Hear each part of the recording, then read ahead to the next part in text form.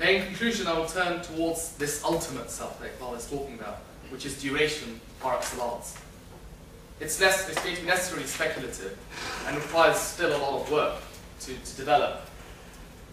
Iqbal throws down to us a gauntlet of a way in which we can reconceive and revitalize our own heritage on its passage towards an open future.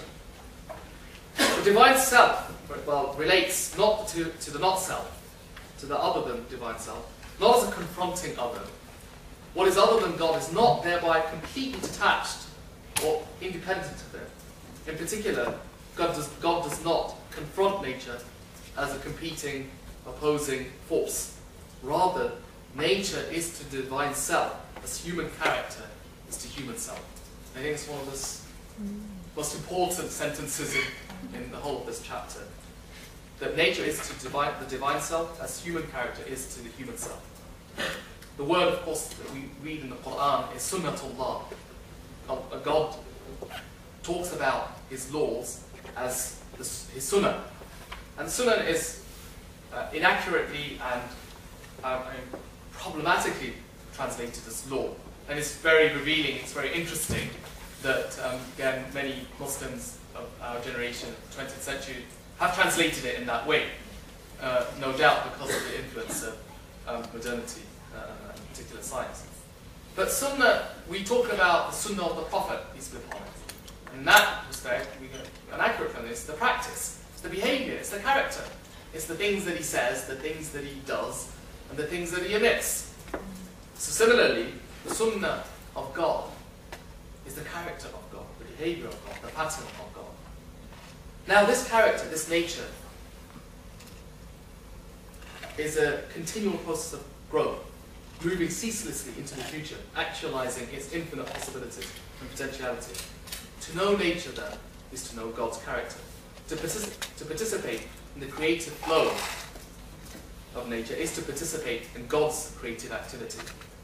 Finally, since we're modeling God's selfhood on a kind of cosmic duration, which contains all the infinite rhythms of duration, as beings endowed with powers to expand or contract our own conscious experiences, we can have an appreciation and sympathy with divine experience.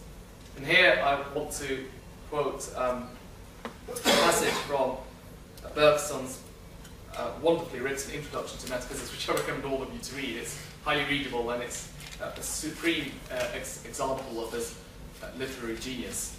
And towards the end of this divides us into two parts. And towards the end of the first part, Bergson says, so this attempt at trying to appreciate this cosmic duration, what's it involve?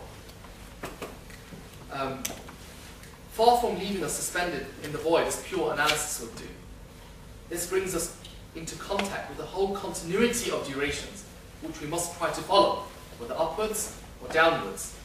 In both cases, we can extend ourselves indefinitely by an increasingly violent effort.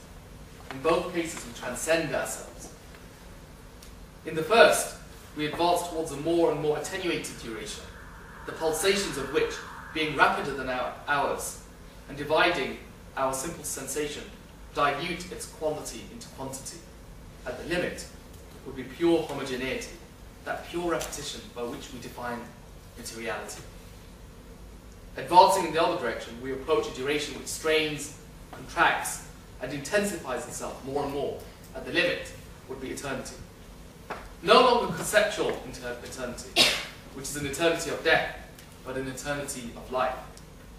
A living, and therefore still moving eternity, in which our own particular duration would be included as the vibrations are in light.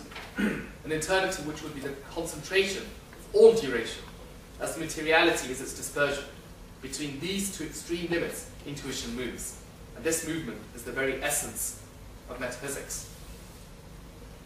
The more we are in contact with our appreciative self, the more we start participating with divine duration. Also, the greater the extent, the reach of our creativity. The richer, the more complete, the more full, the more remarkable our action. In this consists true freedom. In this lies the resolution of the mystery of human freedom. For we are free to the extent that we expand our consciousness to reach divine consciousness. It is then that our actions coincide, that our acts coincide with God's acts. Thank you very much.